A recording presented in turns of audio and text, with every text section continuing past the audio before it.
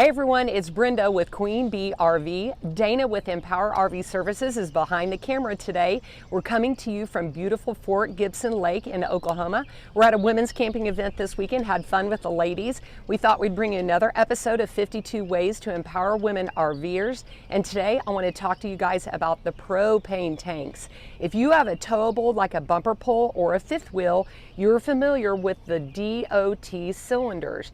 These are regulated by the Department of Transportation, and I wanted to point that out because there's a couple of cool things that you should know when you're getting ready to either transport these to get them filled. There's all sorts of reasons you might need to remove them, so let's talk about it. The first one is you have a DOT date stamped in the collar here.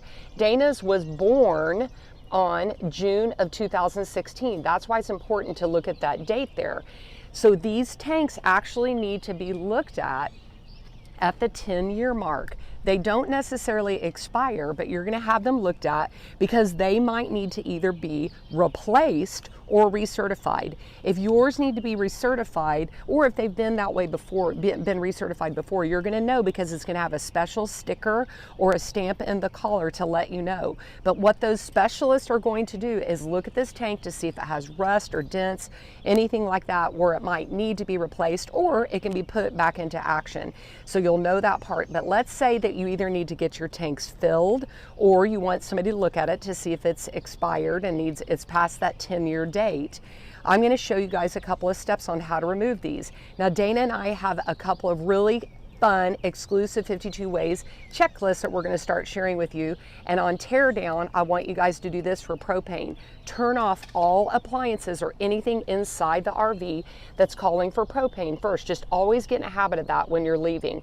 We're going to come out to the service valve and we're going to turn it off.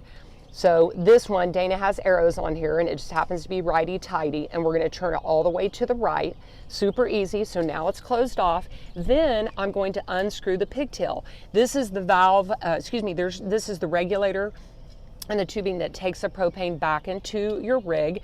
So I'm going to unscrew this, and it just happens to be lefty-loosey, and that is what detached it from your rig. Now Dana's got some things in here that are holding it in place, so you would unstrap whatever is holding it down here. Some of you have a dual cylinder and you might have a big butterfly wing nut here, and then when we would remove this, and then we're going to transport it. Oh, we're going to put the dust cap back on. We cannot forget that. Super important. We don't want debris and whatnot getting in there. We're going to take that out and we're going to put it in the back of either your pickup truck, your SUV. It can be in your trunk, it can be in the back seat of your car, but there's a couple of important things you need to know.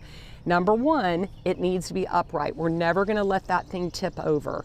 If you put it in the back seat of your car, an easy way to keep it in place is with a seat belt. In the back of your pickup truck, there's special carriers. You could put it in milk crate, a box, but it can't slide around. It needs to be strapped in place. It can't just be sitting upright. So we're going to strap it over its shoulders and around its belly in all directions to make sure it stays upright.